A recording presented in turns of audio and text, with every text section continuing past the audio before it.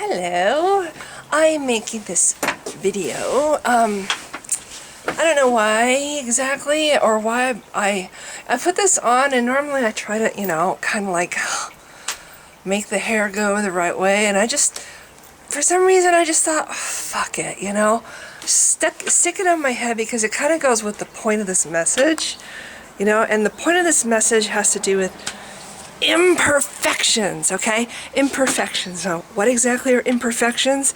Well, let's see. I'm a good example of an imperfection because look at me. I'm old, first of all. Oh my gosh.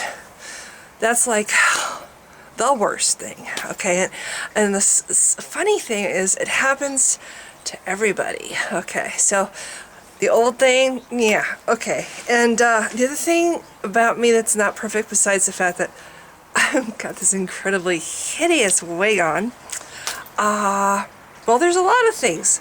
And what I find in my world, when I see somebody that I don't consider to be perfect physically, for whatever reason, I look at the person, or I at least try.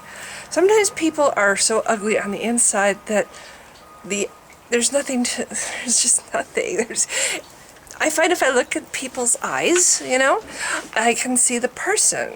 And then the rest of it is like, when you have like that kind of film where it softens everything up.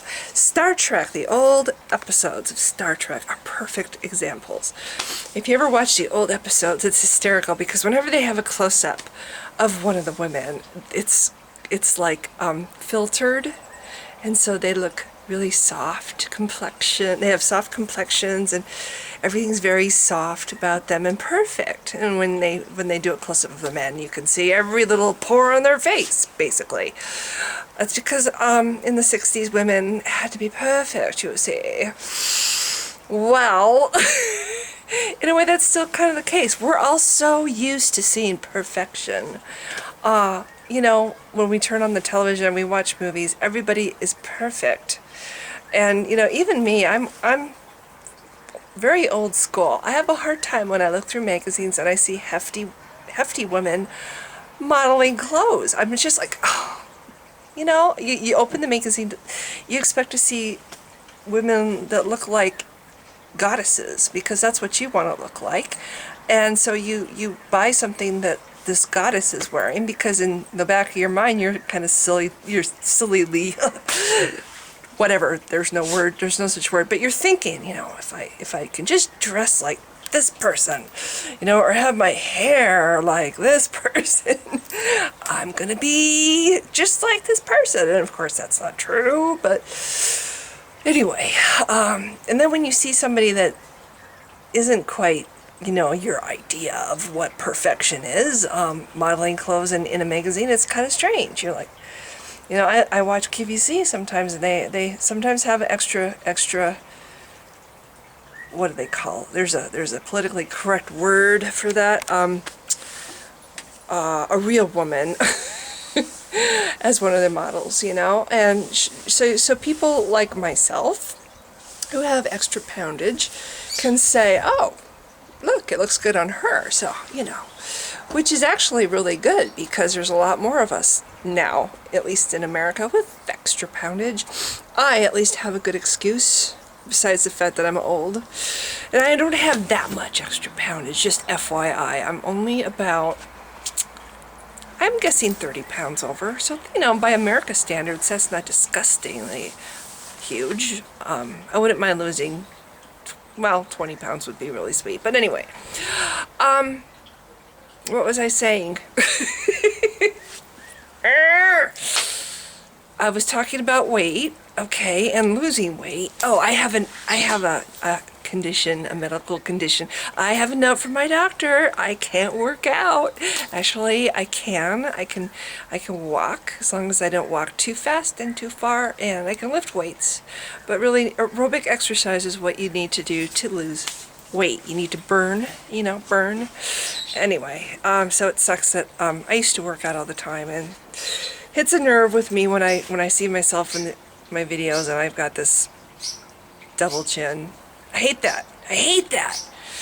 I'm also suffering from depression, so I'm taking meds, and I'm pretty sure that also is affecting how I am. Well, it's whatever. The point of this video is people are not perfect, and the older you get, the worse it gets, okay? So if you're gorgeous when you're younger, you're really lucky. But you have to brace yourself for heartache when you get older, because it's even more painful when you have a beautiful, perfect face to get older. You know, I at least didn't have perfection to begin with. You know, I have a, which side? I have this, where does it go? Oh, here, this mole. Yeah, I just saw a video today by another girl who was very apparently annoyed with people always mentioning the mole on her face. And she was pointing out that people with moles on their face, or people who aren't physically perfect, should also have, you know, a valid opinion. They should have a right to argue what they think, you know, about things. And people, you know, why can't people just look at them as a person and see the person and listen to what they have to say and judge them, you know, judge their opinion on how they put together their argument or their thoughts or, you know, whatever. Why look at things like a mole? Luckily for me, I have never really had much. His hair is like completely, okay, there, we got rid of it, okay. Ew, now I have wig hair. Okay, the mole's never been a huge problem for me. The only thing about it is I can't have a pierced nose, which I always kind of wanted, but then I'd have a bump on either side and symmetrical. I'd be symmetrical, which I think would look really weird. So anyway, nobody points out my mole because it's kind of disguised in the corner. And if I turn my head so, you almost don't see it's there. So anyway, okay. But yes, I've never been perfect. I have. Even when I was younger, I didn't have, you know, perfect face. I was told, especially when I was thinner, that I looked like Joan Cusack, who isn't perfect. You know, I'd so much rather look like Julia Roberts-Cusack. I think she's gorgeous, but no, I'm a Joan Cusack person, or at least I was when I was younger. But anyway, okay, so what I do is I look at people's eyes. I look at people, you know what, if they're not gorgeous, I look at their eyes. I look at, well, even when they are gorgeous, I look at their eyes. But that's what I try to do with all people. I just try to look at people in their eyes and listen to what they have to say, and I take in what they look like, you know. It's like, it's not totally beyond me. I don't shut out what they look like, but I try to look at it, the big picture. You know, and the center of the picture is their eyes, which I think of as window to their soul. I don't know if this video is making any sense. I just think that it's sad that we're all so superficial, and I am the same way. I'm totally guilty of it. Not the newest Batman movie, but the Batman movie before this one. I thought that the heroine in the story was kind of plain.